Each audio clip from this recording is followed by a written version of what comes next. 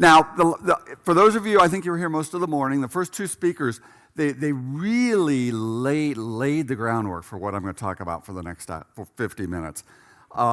First of all, Dr. Horton talking about truth, how truth is just so foundational to not just God's Word.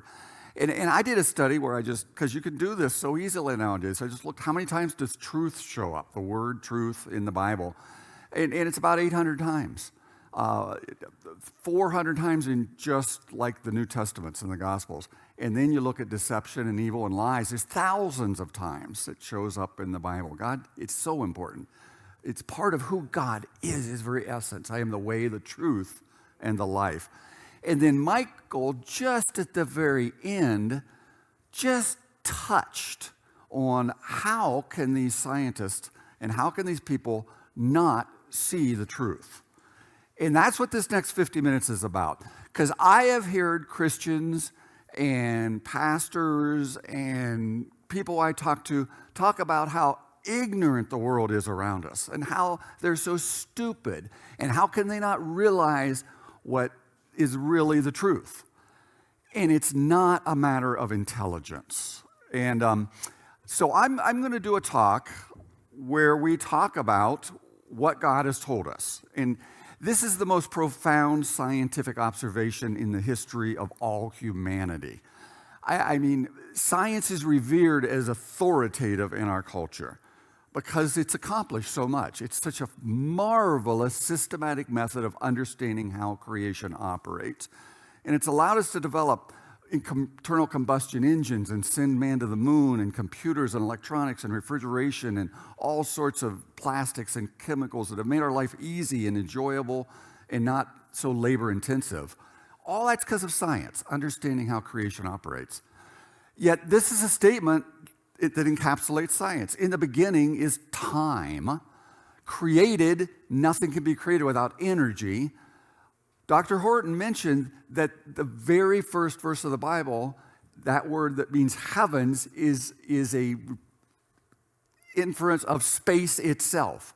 God made space, and the earth, God the Lord hovered over the waters of the deep. It is literally matter. That's the way it is scientifically understood. Time, space, energy, and matter. That's all scientists have to work with, and it tells us where it all came from. Clear, concise, summarizing statement. Now, the world that we live in is blind to that. They literally can't bring their brains to acknowledge it. And as Dr. Horton mentioned, it's pervasive throughout our culture. And even Christians, Christian colleges, pastors coming through seminaries, they're blending the views that leave God out with the Bible. And it's never meant to be that way. This is my key verse that I use in almost every lecture I give, and it's hundreds of them per year. Our wrap-up session, I'm going to talk about what God's accomplishing in other countries where we are allowed, not only allowed, we are chartered by the education department of entire nations to bring an hour-long science assembly to all their high school students, public high schools, where we don't leave God out, but we show them how God's been involved. I mean, imagine if we could do that in America. It would change the direction of our nation. Going to talk more about that in our wrap-up session. But this is my key verse. God doesn't hide the truth.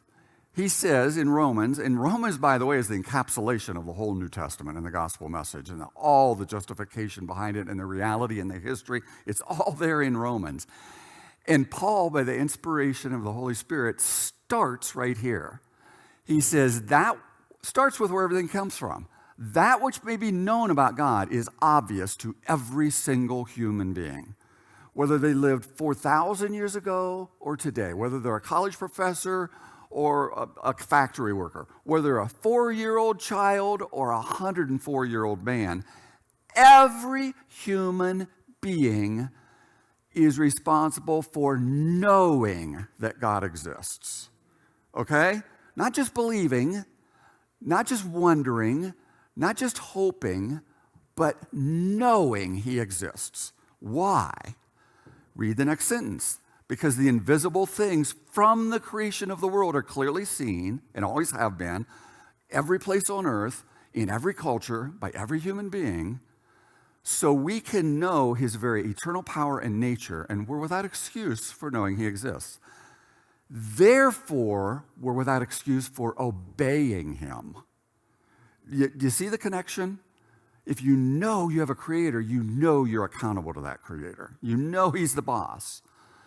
That's why God, as a just, holy God, will judge every human being at the point of death.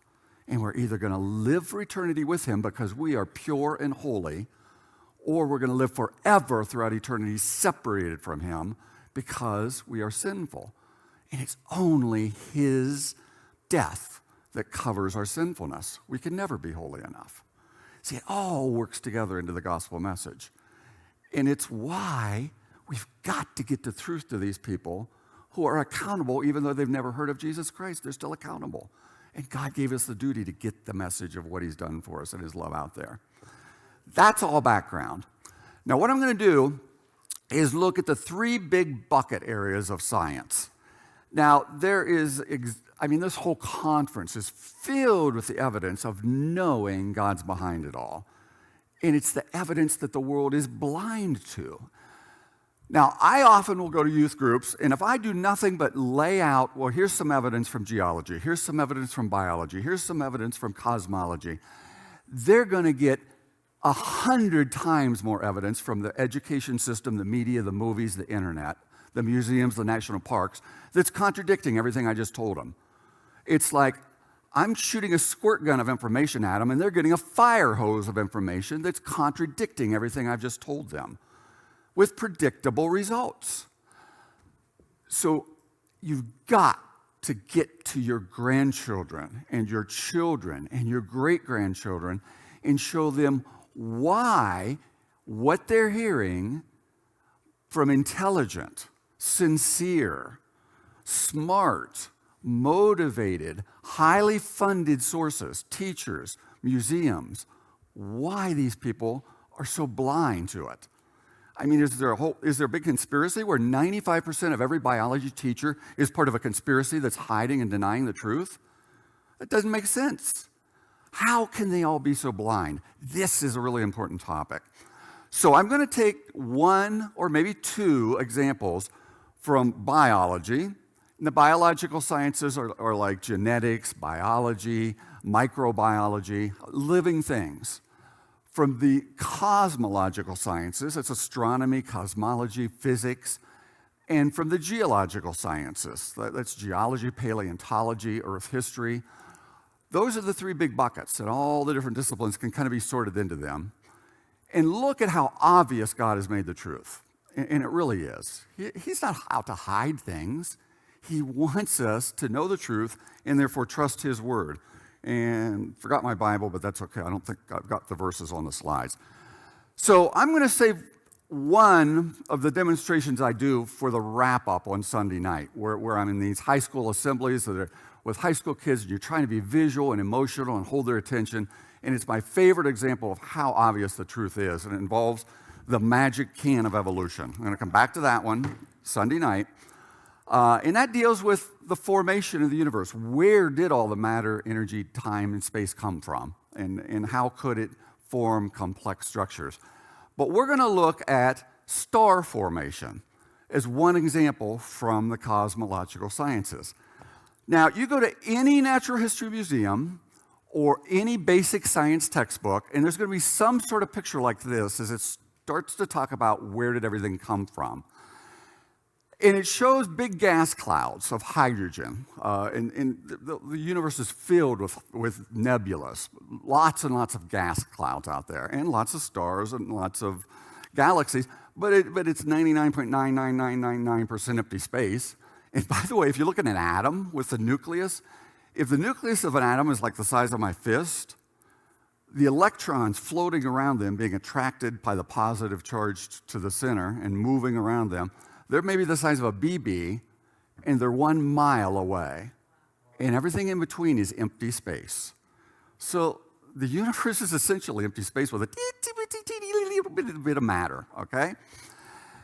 Well, these supposedly stars are here because the gas clouds collapse, gravity pulls things together, and it pulls the hydrogen closer and closer and closer till it gets so packed in there, the hydrogen fuses in nuclear fusion, and it spews out lots of light and heat.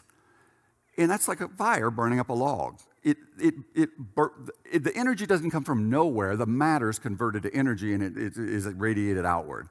So stars burn themselves up. And based on what we know about nuclear physics, the majority of stars in the universe can't be 10 billion years or more older.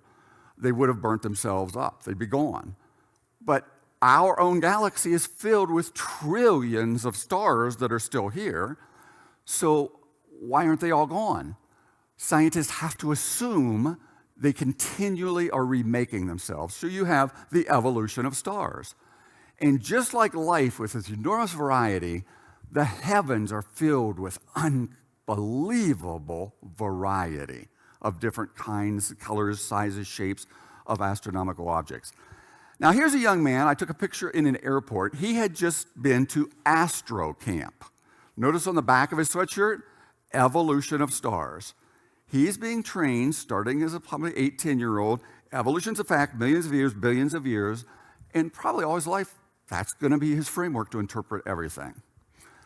Now, I want to show a little montage of 3 expert sources that are highly trusted in our culture.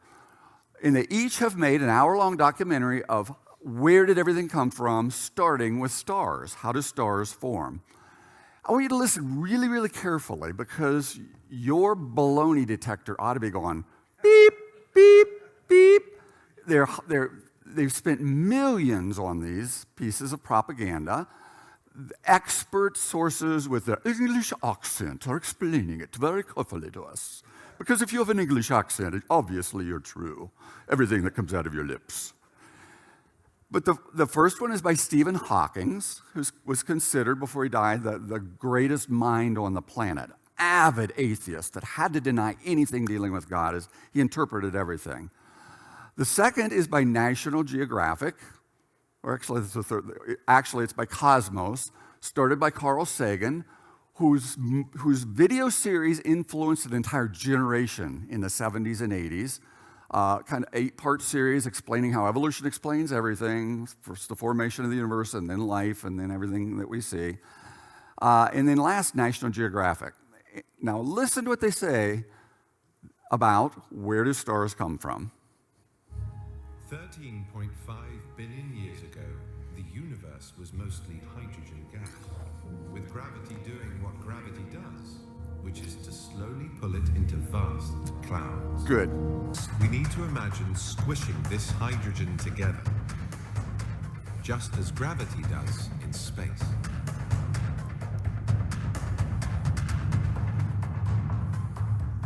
As the hydrogen compacts, the atoms of gas start bouncing off each other, and the temperature begins to rise.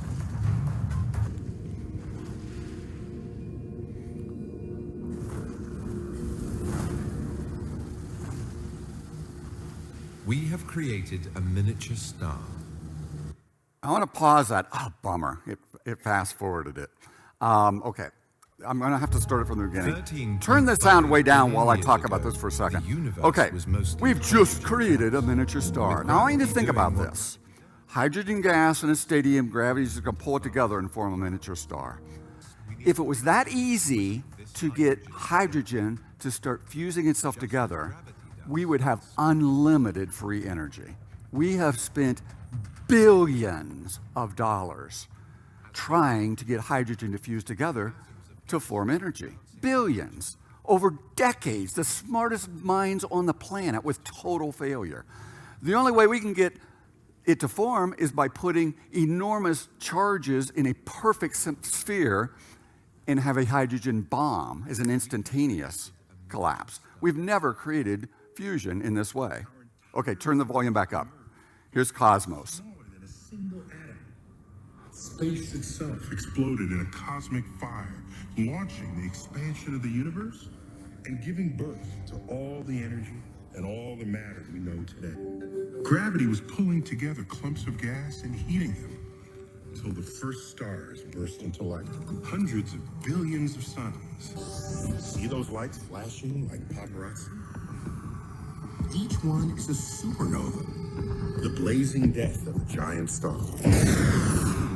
Stars die and are born in places like this one, a stellar nursery. They condense like raindrops from giant clouds of gas and dust. They get so hot that the nuclei of the atoms fuse together deep within them to make the oxygen we breathe, the carbon in our muscles, the calcium in our bones, the iron in our blood. All was cooked in the fiery hearts of long-vanished stars. You, me, everyone.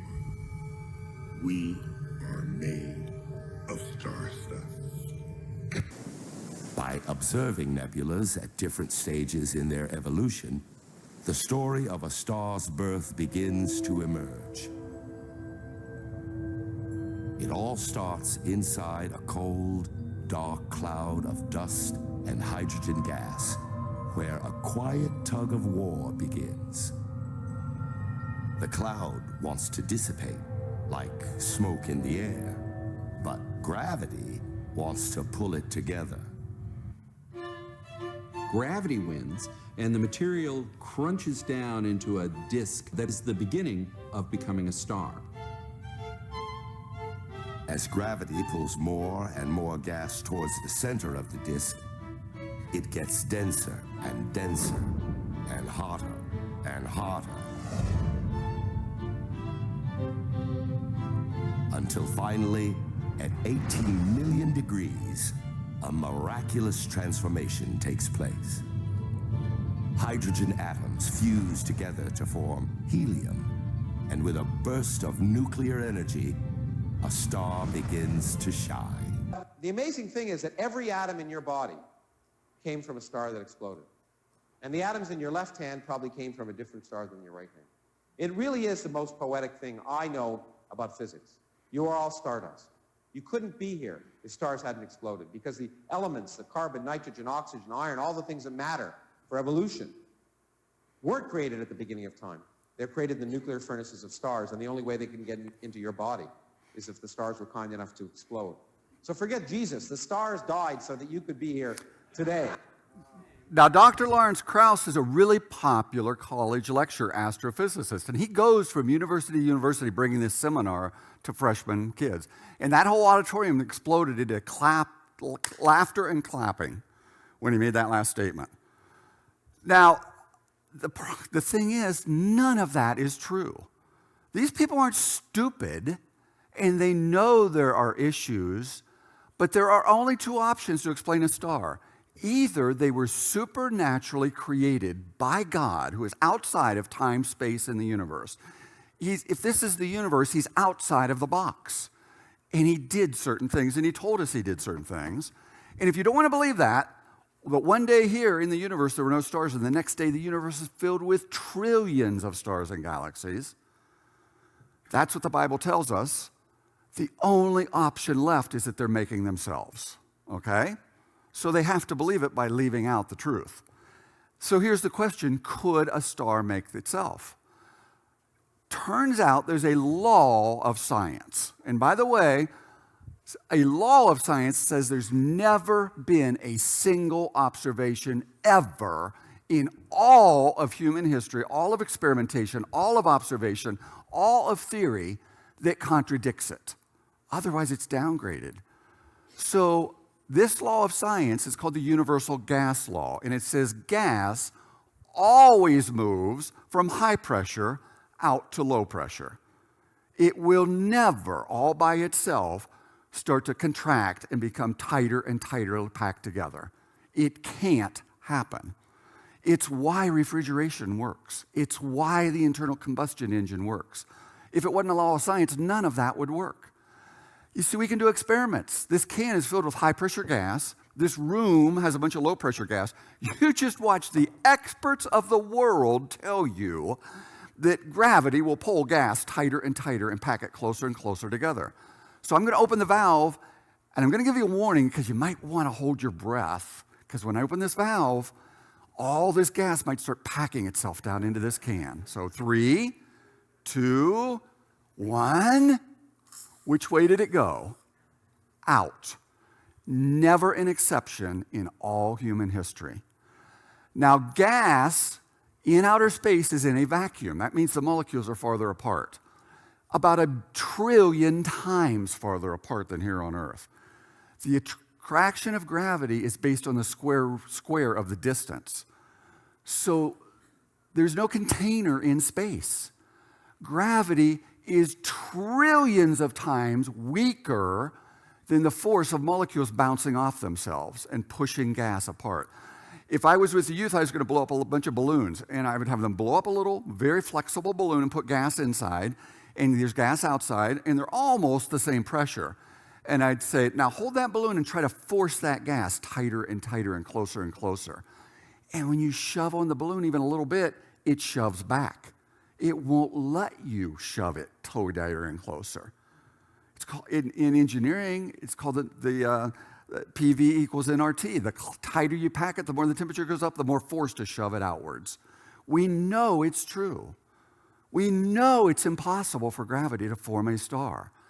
But all these guys says it happens. And then we have observation. We have never seen a picture from the James Webb telescope or the Hubble telescope where they've taken a picture of outer space and looked in a certain spot and then come back 10 years later in this one little spot, like the size of a grain of sand, and they'll blow it up to cover the size of this wall, and they could see all the stars in our own galaxy, and then come back later, and they've never seen a new star that's appeared. Now, if all those stars have remade themselves, there's 100 billion galaxies with 100 billion stars in the heavens. That means if they've all disappeared over time and they're remaking themselves, we see them blowing up and disappearing. We've never seen one reappear. But we should see 10,000 stars every second appearing to account for all of them. In our own galaxy, we ought to see hundreds or thousands every year. We've never seen one. So we don't see it happening. We know it can't happen. And yet all these guys just said, oh, they're doing it anyway. Now, here's a few, the truth every once in a while wanders out. Here's a few quotes from astronomy magazines over the years. Here's one from The Formation of Sun-like Stars in Science magazine. It says, the origin of stars represents one of the most fundamental unsolved problems of contemporary astrophysics. Did that sound like it was unsolved to you?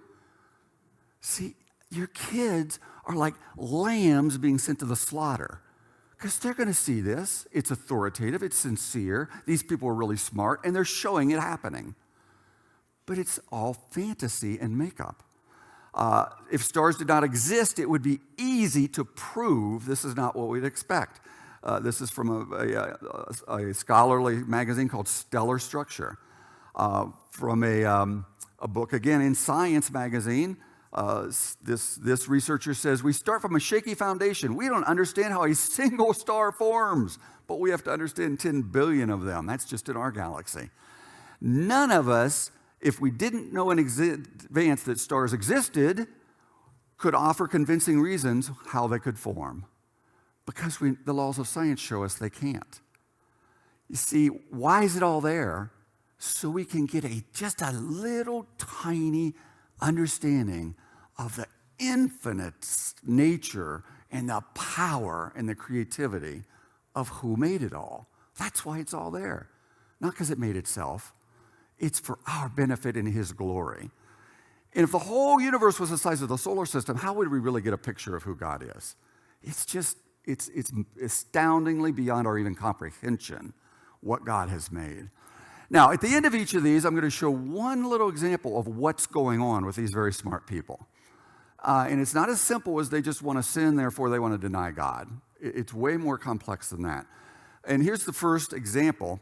This is a quote, and by the way, I photographed your quote because I love that one you put up there of how people can miss the truth. But this goes back to the father of modern psychology. His name was Dr. William James. He's called the founder of American psychology, the first man to teach psychology at Harvard University. What's psychology? Psychology is, how does the human brain work? How does it come to conclusions? How does it decide what is real, what is right? After studying people his entire life, here's his bottom line conclusion. There is nothing too absurd to be believed if it's simply repeated often enough. That is how God made the human brains before our fall. You see, if we had to rethink everything that came into our brain, every time someone asked us, what's 2 plus 2, we had to think it through to try to add it up and look at our fingers. We couldn't even function. So God gave us a brain so that when information comes in and our brain forms a framework that this is truth, this is reality, we don't even have to think about it anymore. We accept it if it agrees, and it bounces off like a rubber ball if it disagrees. That's what's going on all around us. We as a nation have made the most profound, tragic mistake in all of our nation's history when we said we have to separate church and state. We have to keep God out of anything dealing with what the government operates, and the government operates the school systems. So God is left out. And given a few generations, Bibles kicked out, prayers kicked out, anything that casts doubt upon evolution is not even allowed to be mentioned in schools. Only those things that agree with evolution. So more and more people that become teachers, that become professors, become literally blind to the obvious. Now, here's the first example of that. Hey, it's me, Destin. Welcome back to Smarter Every Day. You've heard people say it's just like riding a bike, meaning it's really easy and you can't forget how to do it, right? Everything changed, though, when my friend Barney called me 25 years later. Where I work, the welders are geniuses and they like to play jokes on the engineers. He had a challenge for me. He had built a special bicycle and he wanted me to try to ride it. He had only changed one thing. When you turn the handlebar to the left, the wheel goes to the right. When you turn it to the right, the wheel goes to the left. I thought this would be easy, so I hopped on the bike ready to demonstrate how quickly I could conquer this. And here he is, ladies and gentlemen, Mr. Destin Sandlin. First attempt riding the bicycle. All right. So the faster I go, the better. Yeah. I couldn't do it. You can see that I'm laughing, but I'm actually really frustrated. In this moment, I had a really deep revelation. My thinking was in a rut. This bike revealed a very deep truth to me. I had the knowledge of how to operate the bike, but I did not have the understanding. Therefore, knowledge is not understanding. The algorithm that's associated with riding a bike in your brain is just that complicated. Think about it. Downwards force on the pedals, leaning your whole body, pulling and pushing the handlebars, gyroscopic precession in the wheels, every single force is part of this algorithm. And if you change any one part, it affects the entire control system. I do not make definitive statements that often, but I'm telling you right now, you cannot ride this bicycle. You might think you can, but you can't. I know this because I'm often asked to speak at universities and conferences, and I take the bike with me.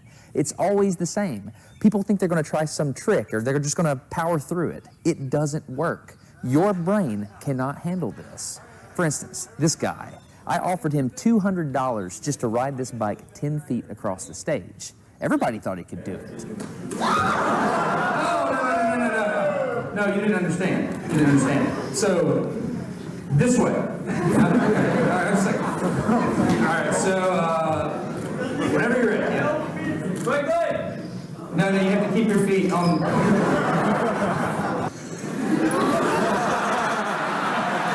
Just keep your feet on the pedals. Handles on. Yeah, come on.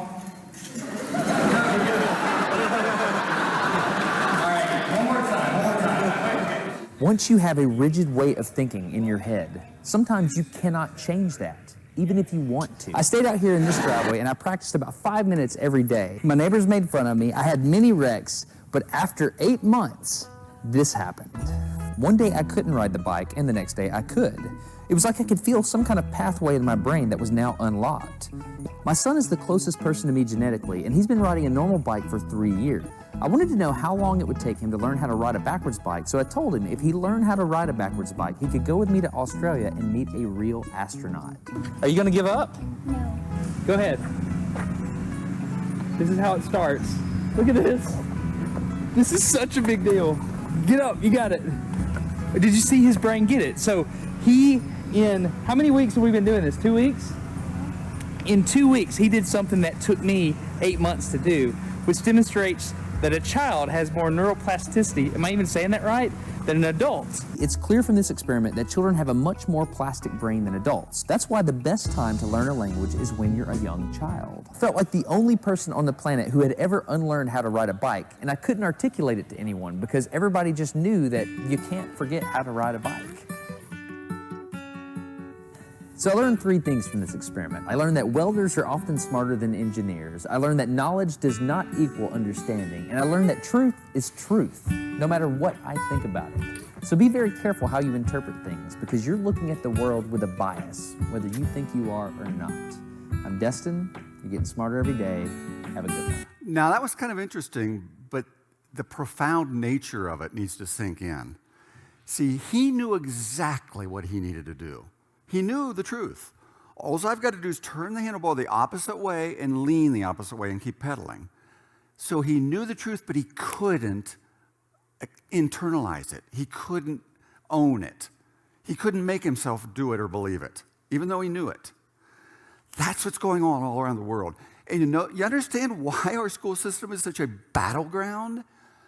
In 1990, Georgia, a very conservative state, just wanted to put a sticker on their biology books that said, evolution is a theory, not a fact. That's it. They only wanted students to critically think through what they were learning.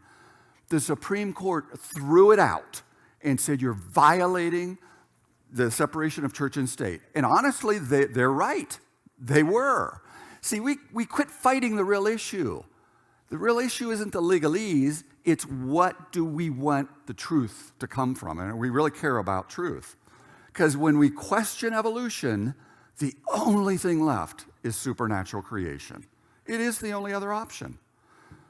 And so what if we're violating the separation of church and state? We want our kids to think and look for truth. This is what God says over and over and over, from cover to cover in Scripture, talking about truth and talking about how we can know it. Trust in the Lord with all thine heart and lean not on your own understanding, because we don't even know if we've been trained to think backwards and we don't even realize it. David's scream to God was, God, create in me a pure heart. Do you think he had a cholesterol problem? Had to have a heart transplant? No. Biblically, the heart is our thinking and our mind. That's what he's talking about. Line my thoughts up with truth and reality. And, the longest psalm in the Bible is all about trusting God's word, Psalm 119. Just section after section after section, each letter of the Hebrew alphabet, about trusting God's word. Now, real quickly, the biological sciences are a smorgasbord of endless examples of how evolution could not possibly be true. I'm just going to look at one. Well, 2. I'm going to look at one as the formation of life, and then I'm going to look at one little critter. The leafhopper is like a grasshopper on steroids. Its whole leg is like a lever to shove the thing forward. And when it accelerates, the little baby nymph, just like the size of a BB, it's still got this long leg, it accelerates at 100 g-forces, 100 times the acceleration of gravity. Now, what is that? Well, let me show you. Astronauts, jet pilots, they're trained in centrifuges to see when they're like escaping those gravity or banking to chase another jet fighter, when you hit about 10 Gs, 10 times the acceleration of gravity, your blood is draining out and you're in danger of blacking out. So this machine's spinning them faster, faster, faster, faster to accelerate. This is what 10 G-forces looks like on the human face.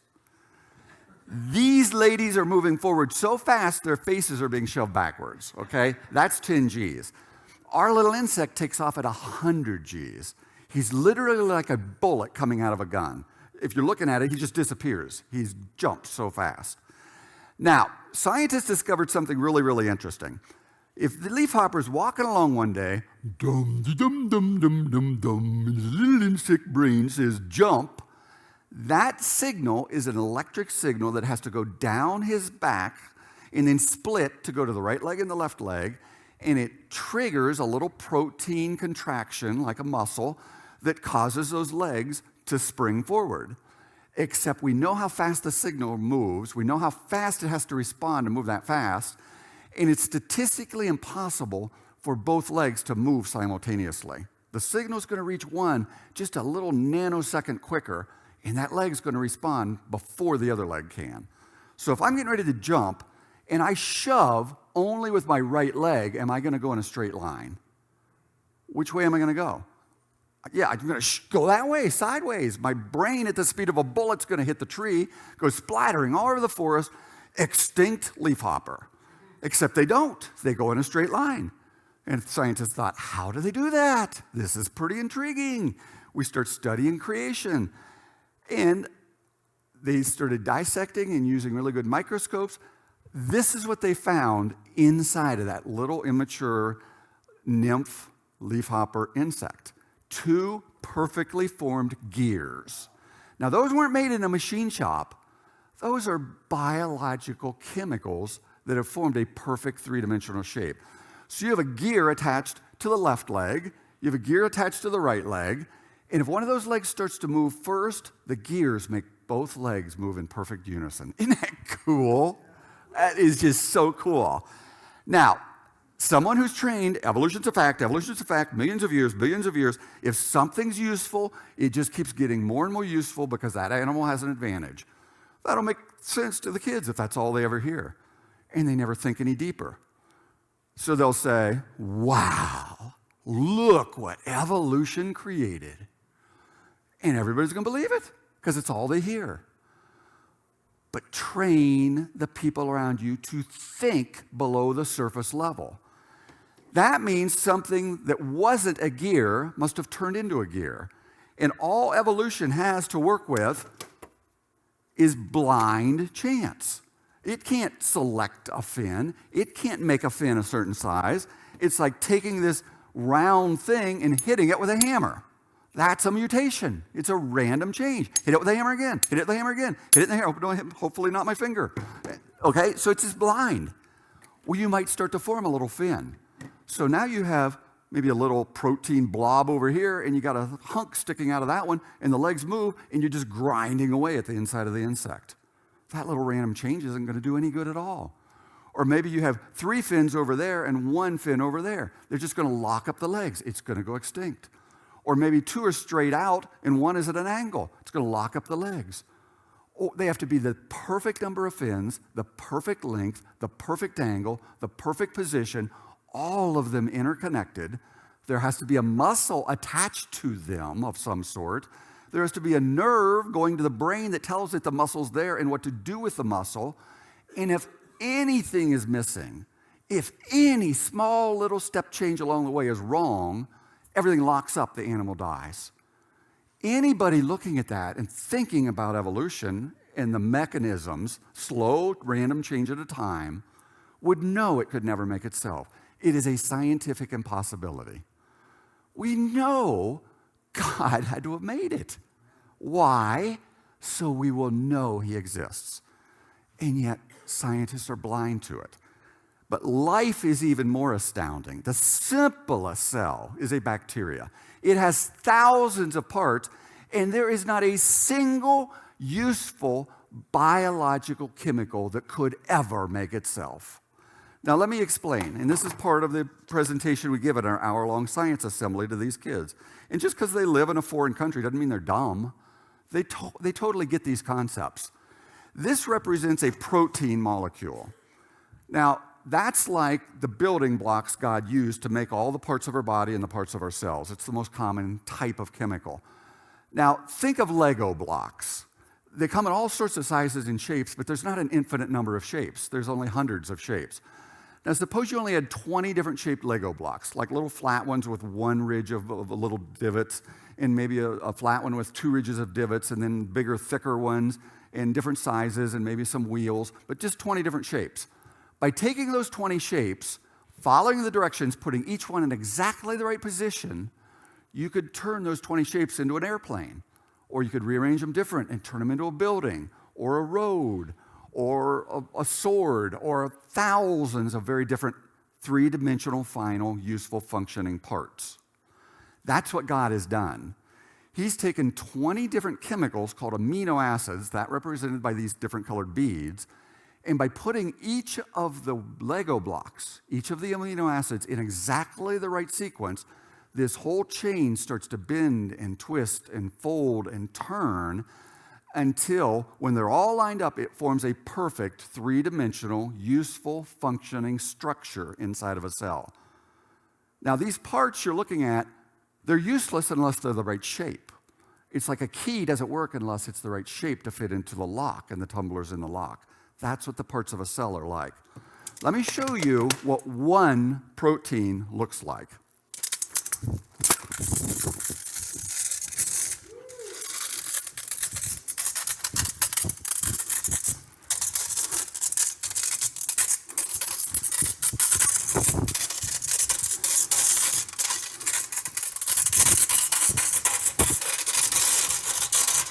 Now, proteins range, the simplest protein is about 500 amino acids. Actually, that's the average, 500 amino acids long. The simplest one's about 50. Some of them are 50,000. This one's about 5,000, so it's right there in the middle on the long range. Every single randomly created amino acid, like if I'm blind evolution, and I get a big container, and by the way, they did an experiment about 70 years ago, in 1952, called Miller's experiment, where he put ammonia and methane and water into a glass flask, added like explosive sparks, and he created some of these little beads. He didn't get all 20, but he made all sorts of useless ones that aren't even used by life. There's an estimated 100 different randomly made amino acids, little building blocks. So if you have 100 random amino acids and you reach in, you got to grab the right one first. It's going to happen once every 100 times. Then you got to get the second one exactly right. That's going to happen every 100 times 100 times. That's once every 10,000 tries. To get 3 right would happen, you'd have to grab blocks, grab them, get just 3 of them right, 1 every 1,000,000 tries. You start to understand statistics, which is science, mathematical reality. You find out you couldn't, in the history of the universe, if every electron in the universe were interacting every trillionth of a second, you couldn't even create one useful 50 sequence long amino acid. We know the truth. Even the parts of life could never make themselves. Now, here's a little video of a bacteria they recently found that just astounds scientists. At the back of this bacteria, there are 7 perfectly formed little purple gears. Now, those gears are formed because God created these proteins so they line up in the perfect way to make a gear. Surrounding them are 21 green gears. And all the gears are arranged in the perfect spot, perfect size, perfect spacing, perfect number of fins, so that all the little hairs attached to them spin in the same direction at the same speed. And that forms a little propeller that drives the bacteria around so it can go find food. But what makes those purple gears spin? They spent 10 years and millions of dollars trying to figure this out. What they discovered is at the back of every one of those gears is a little electric motor. Now, these are the parts of the motor that they figured out, and there's 40 parts. Each of those parts is a perfect little formed protein that's aligned in the right way to form exactly the right three-dimensional shape of the right size. It's all programmed into the DNA. You've got certain proteins that make positive charges, other that make negative charges. They repel each other, and it's exactly like an electric motor, except it spins at 20,000 RPM, and it can stop in a quarter turn. And you can put 10,000 of these motors in the width of a human hair. What God has made is mind-boggling. Nobody on this planet could look at that and really, truly believe it all just made itself. You can't take a single part out of an electric motor and it's going to work. It all has to be there. It all has to be designed.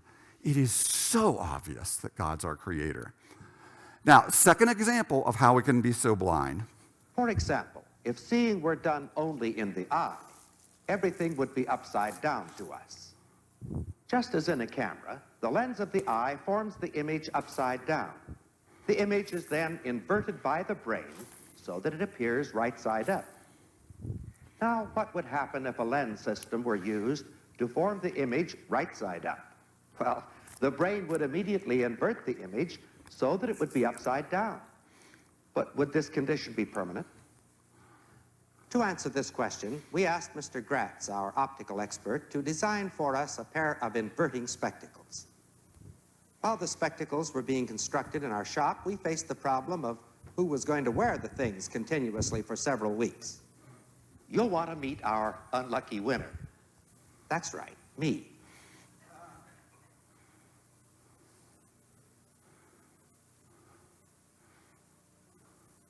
Even from the first, it was possible to walk in this topsy-turvy fashion, but it didn't take long to develop a rollicking case of seasickness. We decided that for your sake as well as ours, we'd better conduct our first test sitting down. However, just sitting down wasn't so easy. Even the simplest tasks were at first impossible. No amount of concentration or effort could overcome the compulsion to reach in the wrong direction. The inverting spectacles had to be worn every waking moment during the entire period of the experiment. Anytime the glasses were removed, the eyes were closed or fully covered. Walking to work upside down was an exhausting experience, but it provided a valuable period of relearning and reorientation. It also caused quite a stir in the neighborhood.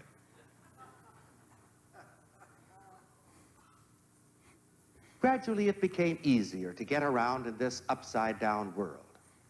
By a slow and painful process, the image in the brain had been erected. Now, but that was made, by the way, in the 1960s, so over 60 years ago, but you saw the old cars, the old Plymouths, it's every bit as relevant today. Nothing's changed. And again, it's very profound. He put on those glasses, now everything's upside down, but his brain is saying, well, this isn't right. This is the opposite of what I know to be true. But day after day, week after week, enormous amounts of information is coming into his brain that's saying, no, everything should be right side up, but it's backwards. It should be right side up, but it's backwards. So one day he takes off the mask, puts on the glasses, opens up his eyes, and everything's now right side up. Our brains can take the opposite of what we know to be true. And if the information keeps coming in and coming in and coming in, especially when we're a young child learning things, it will form a framework where we can't see things any other way. We're literally, physically, intellectually blind to what is the truth. And by the way, when the guy riding the bicycle had retrained his brain, he could no longer ride a normal bicycle. He couldn't get himself to do it. When he took those glasses off, he couldn't force himself to see things right side up. Now everything's upside down without the glasses. And it took a long time to retrain his brain a second time. See, there's a verse in James that says there's nothing more unstable than a double-minded man. Because we really can't believe the truth and a lie at the same time. We just kid ourselves that we can. We're going to act based on what we really truly believe or have been trained to think is the truth. Now, I'm going to do just 5 more minutes because I want to hit geology. And this is all God means by these kind of things. He keeps telling us. He keeps warning us. Don't be fooled by a world whose bent is to escape me, escape accountability, escape the realization that you can hide from me. That's what Adam tried to do when he sinned, hide from God. And that's what the world's trying to do by pretending he doesn't exist. His word, what he has told us, the original strategy of Satan with Eve was to cast doubt upon the trustworthiness of God's word. Did God really say that you will die if you eat from the tree of the knowledge of good and evil? Cast doubt on God's word. Same strategy today. God says, no, come back to what I've told you. Now, this is going to be covered by Mike and others much stronger, so I'm not going to belabor it, but the flood changed. A lecture on the flood is what brought me out of being an agnostic and a Bible doubter and God being irrelevant as a scientist to realizing if that was true, then almost everything I'd been taught about biology, the age of the earth, history, physics, cosmology, it all had to be wrong if the flood was real. So this is just central to everything else. One example from that. This is the example is the lady who 20 years ago brought in front of the scientific world the absolute assurance that there are still these fragile, flying apart, couldn't possibly last for tens or hundreds of thousands of years molecules. We're still finding them inside of fossils that are supposedly 60, 100, 500 million years old. And we are. Hundreds of examples have now been documented. These things shouldn't exist in fossils, but they still are there. And that means those fossils aren't millions of years old, and that means those rock layers aren't millions of years old. It's fact and reality of science. Now, I want you to watch a little 30-second clip of her being interviewed as she's under lots of pressure to recant, to pretend she's not finding what she's found. But she knows she's found biological tissue from dinosaurs inside of these bones. And this is what they look like: blood cells, blood vessels, DNA, carbon-14, all of it's still there and none of it should be.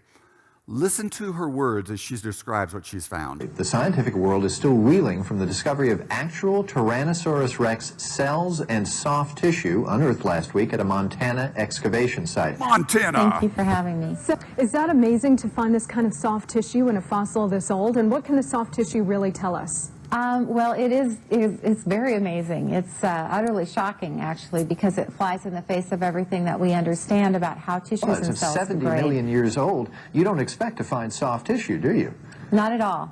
No. It was utterly shocking. So you have to sort of rewrite the book as far as fossilization goes, I assume. Well, that's the exciting part for me. I've always been very intrigued by how things change in going from a living being to part of the rock record. And like I said, a lot of our science doesn't allow for this. All of the chemistry and all of the molecular breakdown experiments that we've done. Well, I'm just going to stop right there because I'm running out of time. All of our science, all of our chemistry, all of our molecular breakdown experiments don't allow for these things to be there. But she still believes millions of years, evolution is a fact, millions of years, billions of years. She can't think in any other terms. So you'll notice the kind of words she used. That's the exciting part for me, trying to figure it out. See, it's one faith against another faith. This isn't science. It's faith based on an unyielding adherence to the time frame. But the time frame is all based on assumptions. It's not science. It's one belief against another belief. Never forget that when you're having conversations with people. Don't let them get away with that. Point out you just have faith. I have a different faith and it agrees with the law of science. You have a faith that rejects the laws of science. And by the way, she spent the next 10 years trying to figure out, well, how could it survive? She came up with this, kind of like that Miller's experiment that just found a few of the amino acids and then assumed all the rest of them made themselves. Well, that doesn't answer the question. It's just more faith. She assumes that iron comes out of the blood and attaches to things and helps preserve them longer, like putting them in a Tupperware container. But it was a bogus experiment because she used anticoagulant to keep the blood cells from clotting. And then she used a centrifuge to break open the blood cells so that iron could come out. And then she chemically activated so they would be reactive. None of that stuff happens in nature. She just made up an experiment because she knew the results she needed. And now whenever a kid Googles soft dinosaur tissue, up will pop the managed Google answer, which is managed by a worldview, and anything that disagrees with it is not allowed into the Google search engines. And it will say, well, we now know that iron preserves the tissue. No, it doesn't. It has enormous problems. And it's only us that's going to share those kind of things because they're not going to get it from the world around them. Last example, and this is probably my favorite, and it's that same scientist from the Moody Bible Institute way back in the 60s showing how all of us cannot see what's right in front of our faces when we look at something we've been trained to think and interpret things a different way. The two ends obviously are parallel, but the two sides are not parallel because the two ends are not the same length. This figure we call a trapezoid. Now let's remove the cover. Are you a bit confused? Well, all we've done is cut some holes in the figure and painted it to look like a window frame. But maybe you say, well, you can't fool me. That's still a trapezoid. Well, it's still a trapezoid, all right. But now let's revolve the figure and see what happens. Does the window frame seem to turn, then stop, and reverse directions? Well, such is not the case. It is revolving continuously in a clockwise direction. Now, even when we know this, the illusion still persists, and it looks more like a window all the time. Well, maybe you need a reference point. See if the cube will help you follow the edge of the trapezoid all the way around. Watch closely now.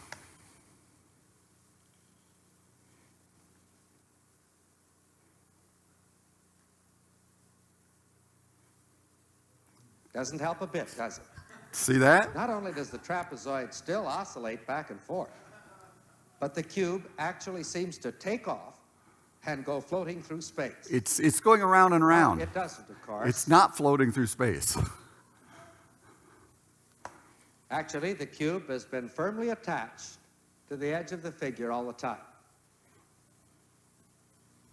Now, an iron bar should make a good solid reference point.